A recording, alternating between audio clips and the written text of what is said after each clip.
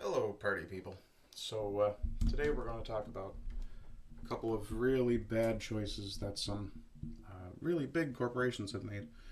Well, not just one really big corporation. Actually, we're going to look at a couple of them.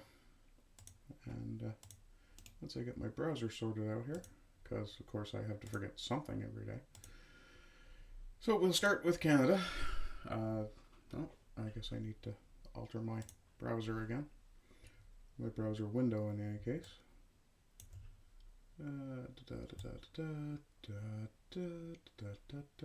That's not working right.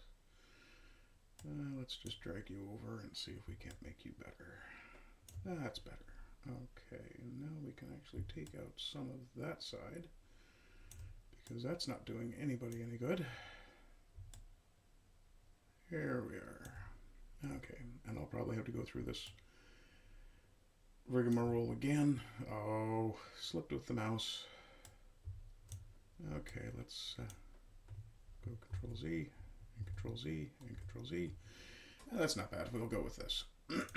Okay, so 23 Quebec business owners launch a $300 million lawsuit over temporary foreign workers permits. Do you think they're actually trying to shut those down? Yeah, no. Let's have a quick look at this. Yeah, I don't really care if the video doesn't work. That's what an ad blocker's for. A group of Quebec business owners have launched a $300 million lawsuit against the federal government this month, arguing they're facing bankruptcy if Ottawa goes ahead with its plan to reduce the number of foreign workers coming into Canada. Then you didn't deserve to survive in the first place. Now, to be fair, I do understand where these people are coming from, because technically, I own a business. It's not much of a business. It's not really making much in the way of profit, as in none, but I understand how difficult it is to actually accomplish anything in the business world in Canada. And I'm not really all that much into it. I pay very minimal taxes.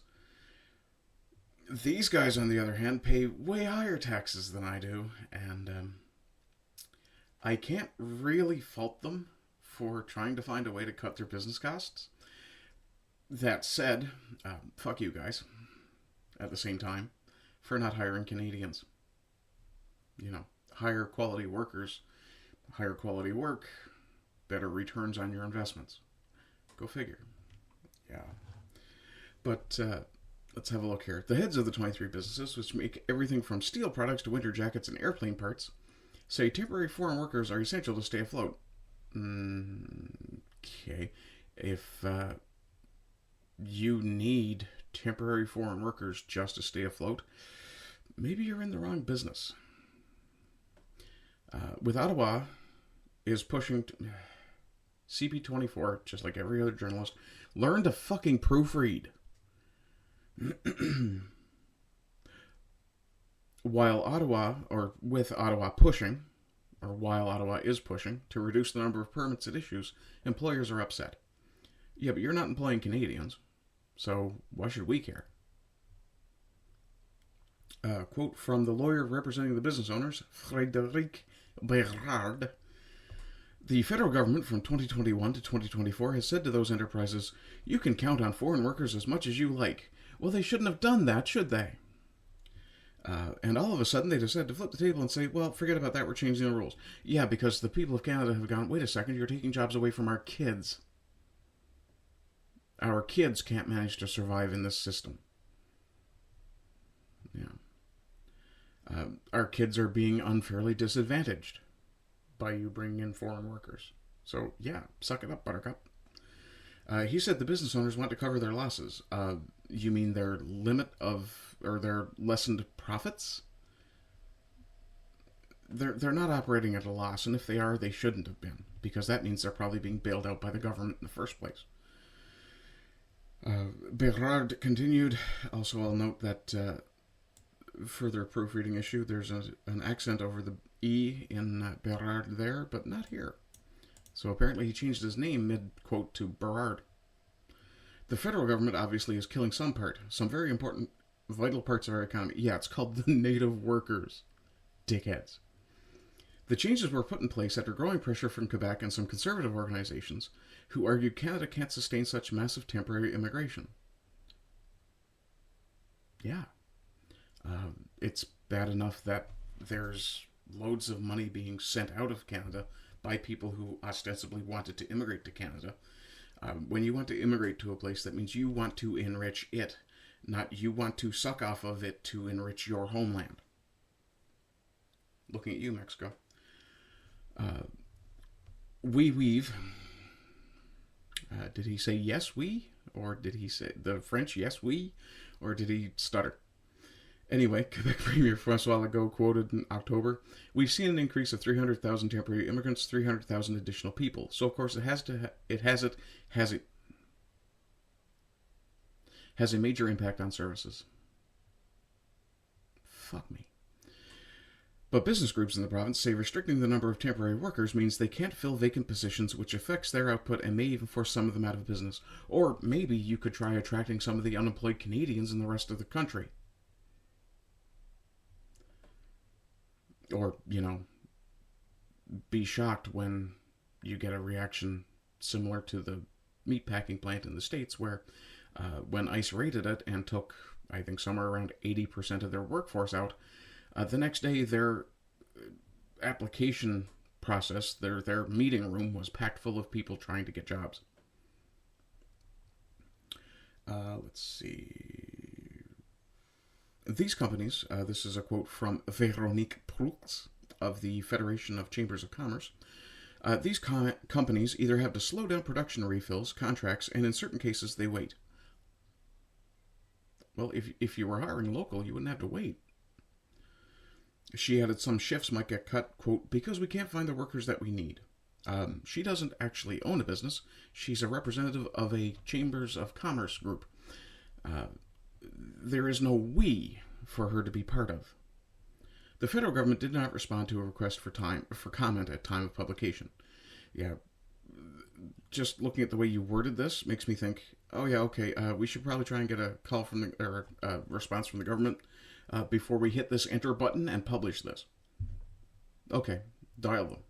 It's busy. Oh, okay, forget it. The state of modern journalism. But the businesses say it's an urgent matter because they lose money every month and need financial stability if they don't have workers to do the job. Hang on, if you're operating at a loss, then your foreign workers aren't going to make a difference. You're operating at a loss. You deserve to fail. Sorry. Do we have a list of the 23 businesses? No, of course we don't, because why would we have that? We'd know who to boycott then. Hortons. Anyway, speaking of moronic, stupid things that companies are doing, and I do actually have to change my window again. Let's see if we can do this fairly quickly. There we go. So, YouTube, just put that back. YouTube just changed what a view means, but don't celebrate yet. And of course, when I go to blow this up so I can actually read it, I have to readjust my window again. Oopsie.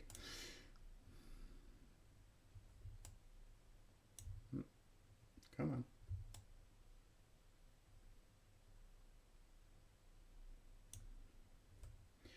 Just 1 second, folks. Be right with you. Oops. Oh, come on. There we are. And is that the entire article then? Yes, okay. Okay, sorry about that. The state of modern podcasting, I tell you. YouTube just changed what a view means, but don't celebrate just yet. Don't fucking celebrate at all. So there's been a lot of noise this week about YouTube Shorts view count inflation, but let's be clear, this change is more about optics than impact. YouTube's new policy, effective March 31st, so 2 months ago before we even found out about it, shifts the definition of a view to match what already exists on TikTok and Instagram Reels, counting a view the moment a video starts playing or replays. Superficially, this makes creators look like they're getting more views. Sorry, this isn't the story I was looking for.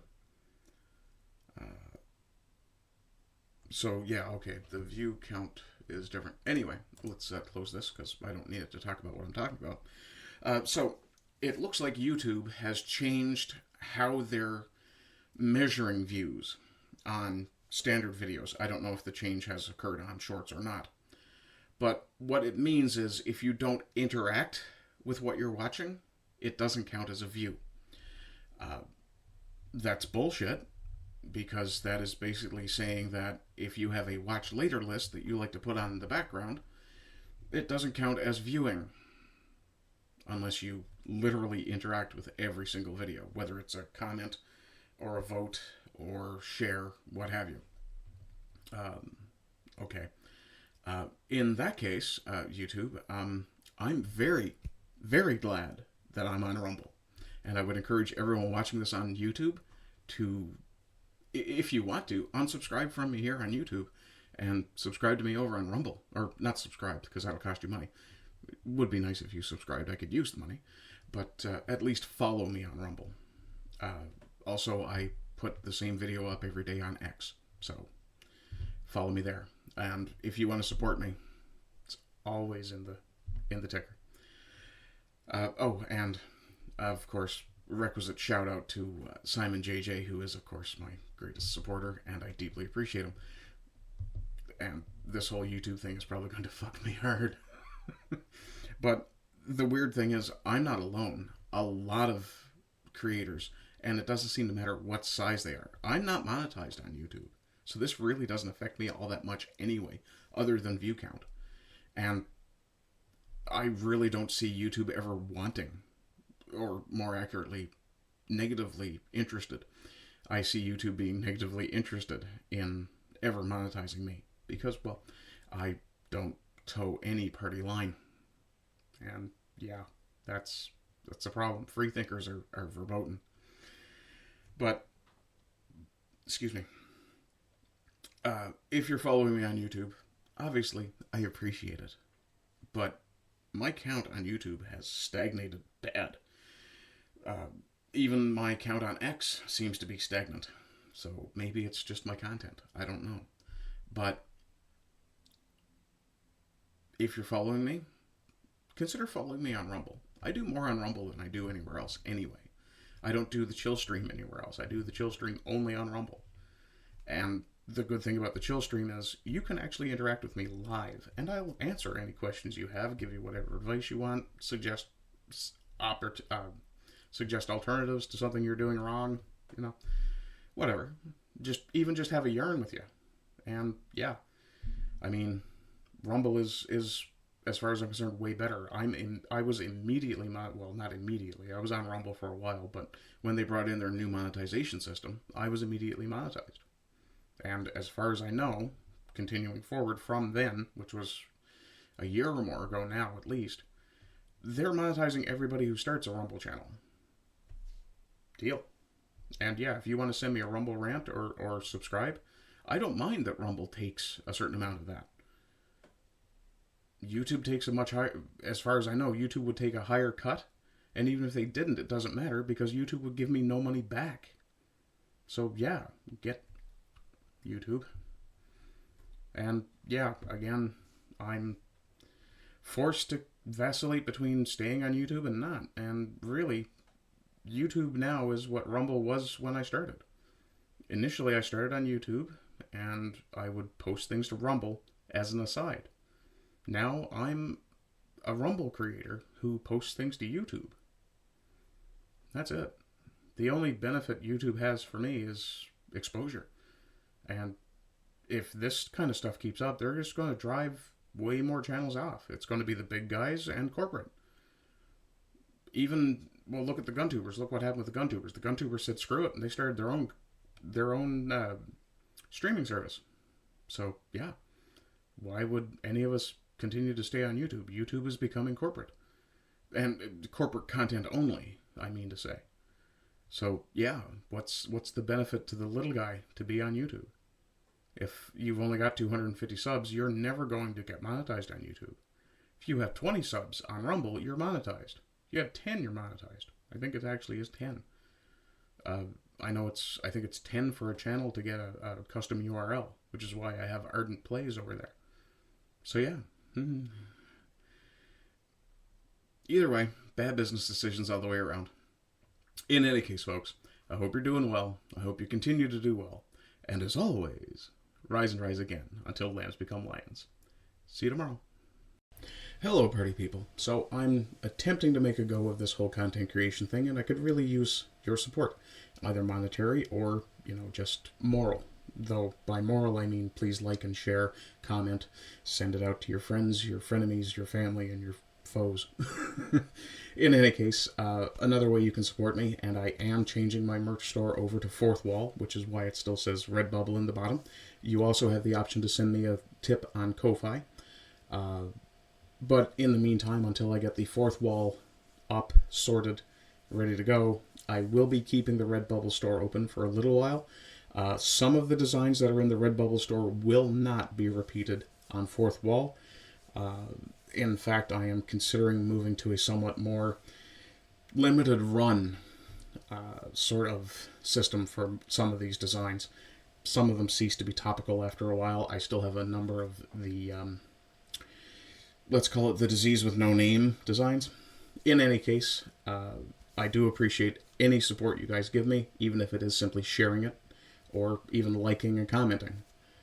Every comment I see, I will respond to. Other than that, as always, I hope you're well and continue to be well. Rise and rise again until lambs become lions. Bye-bye.